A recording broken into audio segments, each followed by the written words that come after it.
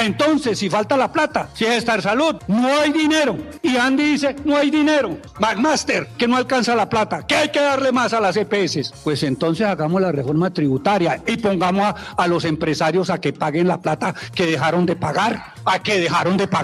A ver, y entonces ya hacemos la reforma.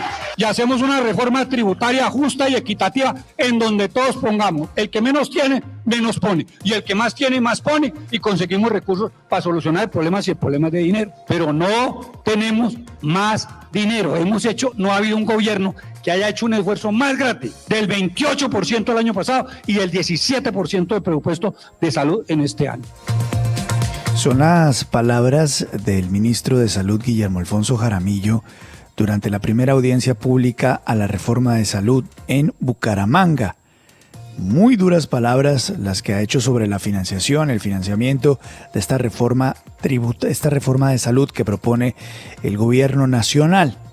Esto ocurre tan solo horas después de que se presentara una carta por parte de 18 exministros y viceministros de salud que dicen que Colombia avanza hacia un fuerte colapso en el sistema de salud. Está con nosotros uno de los firmantes, el exministro de Salud y Protección Social, el doctor Alejandro Gaviria. Doctor Gaviria, gracias por acompañarnos. Buenos días. Muchas gracias, Luis Carlos, por la invitación. Buenos días a usted y a todos los oyentes. Primero quiero preguntarle sobre estas declaraciones del ministro sobre el financiamiento. ¿Qué tal le parecen? Me parecen un poco extrañas, Luis Carlos, porque él estaba negando que el sistema estaba desfinanciado hasta el día de ayer. Me parece que es una ocurrencia, no es algo que haga parte de una estrategia que el gobierno esté diseñando para abordar finalmente los problemas de sostenibilidad del sistema de salud. Es una cosa que él dijo en una audiencia pública porque sí, no creo que esto haya sido ya hablado seriamente con el ministro de Hacienda. Pero me parece que en todo caso el ministro puede estar reconociendo, al menos tácitamente, de que si hay problemas de financiamiento del sistema de salud, que fue uno de los temas de la carta que presentamos los exministros y exviceministros el día de ayer. Es muy importante esa última parte que usted nos dice, doctor Alejandro, porque evidentemente la financiación de este proyecto de reforma de salud está en ciernes. Ya hay advertencias de que no hay plata para financiar lo que quiera hacer el gobierno, no de arranque y tampoco de sostenibilidad, que es un tema importante. Hay dos preocupaciones superpuestas que yo creo que vale la pena diferenciar, Luis Carlos. Una es sin reforma, es la preocupación del funcionamiento del sistema de salud ahora, antes de que se apruebe la reforma. Nosotros, como dijimos en la carta ayer, tenemos preocupaciones al respecto. Creemos que el aumento de lo que se llama la unidad de pago por capitación, que es lo que reconoce el Estado colombiano por cada afiliado, que fue del 12%, no es suficiente para cubrir la totalidad de los gastos previstos en el sistema. Estamos preocupados por las deudas acumuladas. Creemos que el Ministerio de Salud o el Estado colombiano tiene deudas grandes de más de 800.000 millones de pesos en el año 2022, otras cuantiosas también de cientos de miles de millones en el año 2023, incluso no ha pagado lo que tiene que pagar anticipadamente en el mes de enero de este año. Y esa superposición de problemas acompañada de la negación sistemática y a la falta de una conversación abierta y un diálogo nos preocupaba. Fue el primer punto de la carta de ayer, eso sin reforma. Y del otro lado está la reforma, que no tiene todavía el aval fiscal del Ministerio de Hacienda, que contempla aún gastos mayores y que podría exacerbar este problema. Exministro, lo saluda William Calderón. La respuesta, pues, que ya escuchamos fue muy airada por parte del ministro Jaramillo. Hace referencia en uno de sus apartes a la carta puntualmente que ustedes suscribieron. Él lo que dice es que ustedes ya no conocen la realidad del país, es decir, que están fuera de foco con relación a lo que está ocurriendo. ¿Qué opinión le merece esa respuesta del ministro? Nosotros estamos en permanente contacto y diálogo con los agentes del sistema de salud. Yo podría decir, William, que yo hablo todos los días con alguna gente de un hospital, con las asociaciones de pacientes, estuvimos hablando la semana pasada, yo tengo comunicación con ellos. Me parece, yo no quisiera plantear esto con más pugnacidad de la que merece. Quienes están perdiendo el contacto con la realidad son los señores del gobierno, en este caso el ministerio, y para decirlo en términos particulares, el ministro de Salud y Protección Social. Está negando este problema, está negando las preocupaciones crecientes que tienen muchos agentes de todo el sistema, incluidos, repito, los pacientes, sobre lo que está ocurriendo. Nosotros hablamos de un colapso, pero ya hay síntomas, ya hay manifestaciones aquí y allá que nos dicen que este problema se está agravando. Hay pacientes de enfermedades raras que no están recibiendo sus medicamentos, hay problemas crecientes de desabastecimiento. La situación financiera del año pasado para muchas de las EPS grandes del país fue desastrosa. Y nada de eso parece importarle al gobierno. Y la respuesta del ministerio hace aproximadamente 2 semanas fue, en lugar de tener una conversación y un diálogo abierto, demandar las EPS, como para decir, yo necesito un juez que me diga lo que tengo que hacer. Eso, repito, me parece perder un poco el sentido de la realidad. Ministro, buenos días. Exministro, buenos días. Mire, muy buenos días. De todas maneras, el gobierno, pues, no se va a quedar, es como un punto de honor hacer una reforma al sistema de salud. Ha sido una obsesión desde el comienzo y, como quien dice, por ahí va a sacar la cabeza. Entonces, ¿cuál sería la reforma que no acabe totalmente con el sistema de salud? Que, por supuesto, ya muchos sabemos que no es perfecto, pero por lo menos ha estado funcionando, ¿no? Funciona.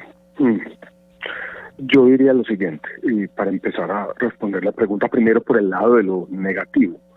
La reforma que fue aprobada en la Cámara de Representantes, esa que salió de allí de la Cámara, no es una reforma que logre arreglar los problemas de la salud, y más allá de eso, no es una reforma que funciona, no es una reforma que uno puede implementar, no es una reforma que describa un sistema de salud con el que uno puede hacer algo positivo. Entonces, lo primero que habría que decir es que el Senado tiene que actuar responsablemente y tiene que reformar la reforma, para utilizar una fórmula manida. Yo creo que una reforma que contemple la ADRES con giro directo, no como ordenador del gasto, sino con giro directo, algunos límites a la integración vertical y el afianzamiento de los programas de atención primaria en salud, que ha sido la obsesión del presidente y del gobierno, sería una reforma en la que nos podríamos poner de acuerdo la gran mayoría de quienes estamos interesados en este tema, que el Senado podría aprobar y que podría también mandar una señal de que, bueno, tenemos que dejar la discusión de la reforma de lado, aceptar la reforma como es y ponerse a trabajar, porque lo que ha pasado en este año y medio es inacción, que es lo que está llevando a estos problemas financieros crecientes, lo que está llevando a las preocupaciones que manifestamos ayer en la carta. Pero reitero esos 3 elementos: giro directo, límites a la integración vertical y énfasis en la atención primaria en salud. Señor exministro, ¿usted, digamos, está de acuerdo con lo que dijo el actual ministro de Salud, que se necesita una reforma tributaria con carga a las empresas para financiar lo que usted acaba de mencionar, un déficit creciente en el sistema de salud? Yo creo que se debe aumentar el gasto en salud como porcentaje del PIB en los próximos 5 o 10 años, pero ese es un aumento gradual y no creo que para causa o una fuente específica para financiar ese gasto que necesite una reforma tributaria entera. No creo que sea así. Yo creo que fue una declaración exagerada del ministro. Doctor Gaviria, lo saluda Juan Lozano. Mientras tenemos esta discusión sobre lo que ocurre en el Congreso y la nueva reforma, parece que por la puerta de atrás y con acciones positivas están adelantando unos cambios muy complejos para el sistema. Le quiero preguntar en particular por la nueva EPS. Hay muchas preocupaciones por el tamaño que está tomando, por el relevo en su manejo. ¿Qué está pasando con la nueva EPS desde su perspectiva y qué alarmas están encendiéndose con estas acciones mientras en el Congreso se debate la reforma? Sí, Juan, yo quisiera hacer un poquito de pedagogía y explicarles a los oyentes qué es la nueva EPS. La nueva EPS es la EPS más grande del país. Es una empresa mixta donde concurre el Estado colombiano y las cajas de compensación familiar. La nueva EPS viene de lo que fue el Seguro Social y por lo tanto tiene una población que en algunos casos es la que más demanda y necesita servicios de salud por las condiciones demográficas, podríamos decirlo así, de esa población, que tuvo siempre un acuerdo de accionistas entre los privados y el gobierno de que se iba a manejar como una empresa privada, incluso un acuerdo de accionistas que le permitían a las cajas de compensación poner el director o presidente. Ha enfrentado muchos desafíos, pero yo creo que ha sido una innovación exitosa, una alianza público-privada exitosa que hoy en día es un pilar, un bastión del sistema de salud. Yo tengo una preocupación. Los requisitos para nombrar el presidente o director cambiaron, se hicieron mucho más débiles, por decirlo de alguna manera.